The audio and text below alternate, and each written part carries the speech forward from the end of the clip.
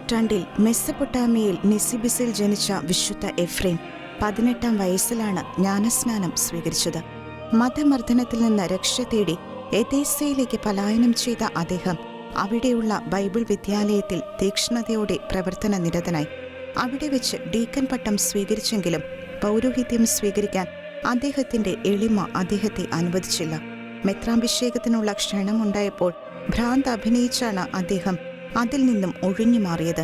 വെറും നിലത്ത് കിടന്നുറങ്ങുകയും ദീർഘനേരം രാത്രിയിൽ പ്രാർത്ഥനയിൽ ചെലവഴിക്കുകയും കഠിനമായ ഉപവാസം ശീലിക്കുകയും ചെയ്ത അദ്ദേഹം എളിമയുടെയും വിനയത്തിന്റെയും ദൈവസ്നേഹത്തിന്റെയും സഹോദര സ്നേഹത്തിന്റെയും വിളനിലമായിരുന്നു.